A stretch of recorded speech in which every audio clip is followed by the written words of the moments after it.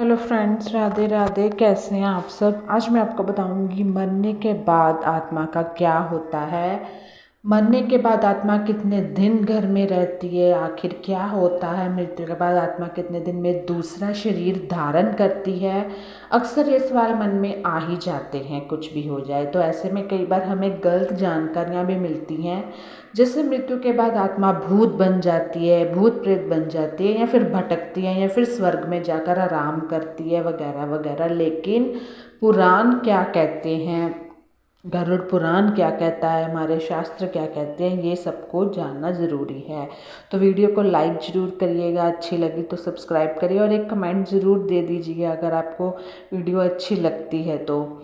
आत्मा को ना तो कोई शस्त्र काट सकता है, ना आग जला सकती है, ना पानी उसे भिगो सकता है, और ना ही हवा उसे सुखा सकती है। तो इस श्लोक के अर्थ से ही साफ होता है कि मनुष्य की मृत्यु आत्मा ही मृत्यु नहीं है।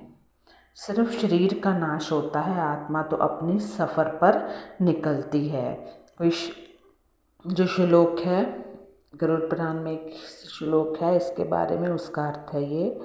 अब सवाल उठता है कि अगर एक शरीर से निकलकर आत्मा अपने सफ़र पर निकल गई है तो वो जाएगी कहाँ, और कितने दिन लगेंगे उसे नया शरीर धारण करने में। क्या ये ज़रूरी है कि वो नया शरीर धारण करे, नहीं भी करे।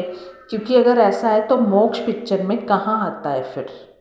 मोक्ष जो हम कहते हैं वो मिलता है, कैसे मिलता है, क्यों मिलता है, क्या करना पड़ता है, तो उसके बारे में हमें नहीं पता है। मतलब मेन चीज़ मोक्ष, जो ये जीवन मरण के बंधन से मुक्त है, वो कैसे मिलता है। गरुड़ पुराण के अनुसार मृत्यु के बाद आत्मा को बहुत लंबा सफ़र तय करना पड़ता है। मृत्यु के बाद आत्मा यमलोक पहुंचती है, जहां उसे यमराज के सामने पेश किया जाता है। जब वो यमलोक जा रही होती है, उसके बीच जो दिन पड़ते हैं वो बताऊंगी बाद में। ऐसा कहा जाता है इस यात्रा में आत्मा को लगभग 86,000 योजन की दूरी तय करनी पड़ती है। इसके बाद कर्मों के हिसाब से आत्मा की ये 86,000 योजना की दूरी तय होती है।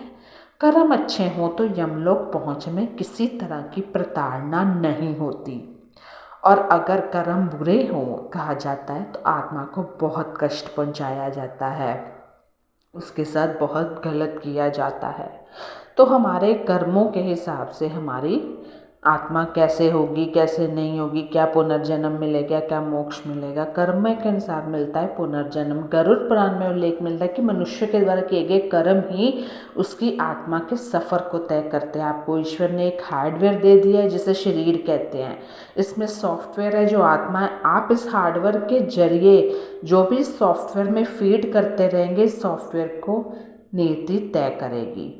आप अच्छे कार्य करें तो आत्मा जन्म मृत्यु के बंधनों से मुक्त हो जाती है, लेकिन इसमें भी कोई नियम है।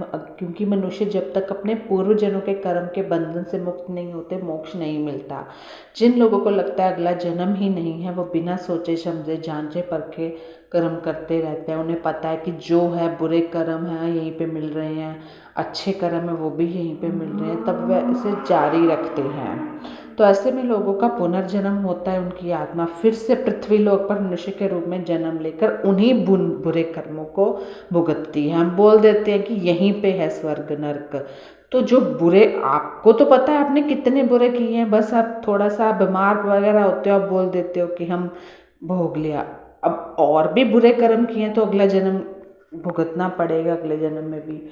इससे सबसे बड़ा उदाहरण है कि उन लोगों की ज़िंदगी में देखने को मिलेगा जो कुछ गलत काम नहीं करते, कोई बुरा आदत नहीं है, हमेशा लोगों को भला करते हैं, लेकिन उनके जीवन में कष्ट कभी नहीं होते। तो ये उन लोगों के पूर्वजनों के कर्म हैं। वो कहते हैं हमने तो यहाँ कुछ नहीं किया, लेकिन आपके पूर्वजनों को कर्म भी तो आपको मिलेंगे, उसका फल भी तो मिलेगा। कितने दिन में पुनर्जन्म लेती है आत्मा। पौराणिक शास्त्रों के मुताबिक पुनर्जन्म मृत्यु तीसरे दिन से लेकर 40 दिन में होता है। यानी आत्मा इन 40 दिनों के सर्कल से गुजरती है और मोक्ष प्राप्त भी कर सकती है अपने कर्मों के हिसाब से। अब ये हमारे हाथ में है कि हम अपनी आत्मा को ईश्वर को पाना है या फिर संसारिक मोह माया में फंसना है।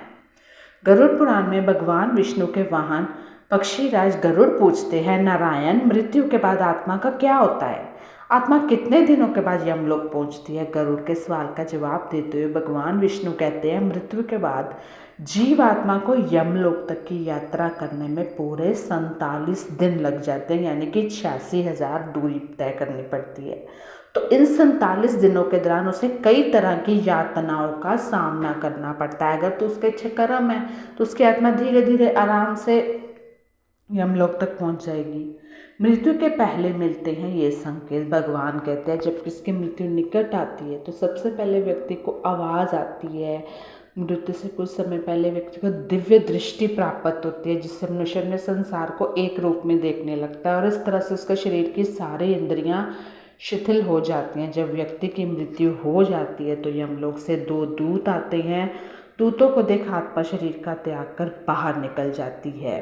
आत्मा के शरीर त्यागने के बाद यमराज के दूत आत्मा के गले में पाश बांध देते हैं और उसे यमलोक ले जाते हैं। यमलोक ले जाते हैं तो जितनी दूरी तय करनी होती है उन दिनों के बीच में जो होता है वहाँ पे गरुड़ जी नारायण जी को ये बता रहे हैं।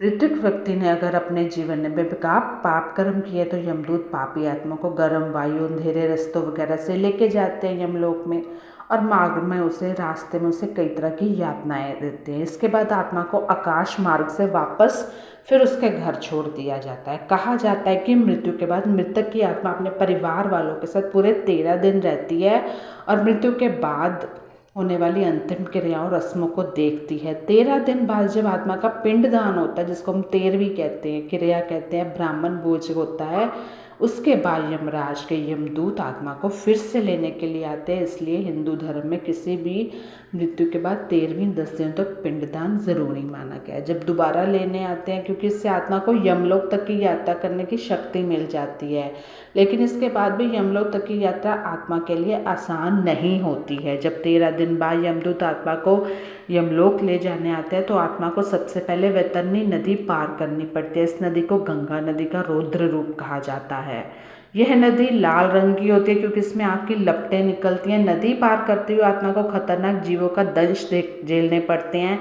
इन नदी को पार करने में 47 दिन जो लग जाते हैं, लेकिन यदि व्यक्ति ने अपने जीवन काल में अच्छे कर्म किए हों, अच्छे कर्म जरूरी गोदान नहीं भी किया हो, वैसे गोदान किया हो तो यातनाएं नहीं झेलनी पड़ती, क्योंकि वो आत्मा गाय की पूंछ पकड़कर वैतरणी नदी पार करती है। वैतरणी नदी को पार करने के बाद जब आत्मा यमलोक पहुंचती है तो वहाँ यमराज उसके कर्मों का लेखा जोखा करते हैं। तो इस तरह से जीवन काल में कर्मों के अनुसार यमराज आपको स्वर्ग या नरक देते हैं।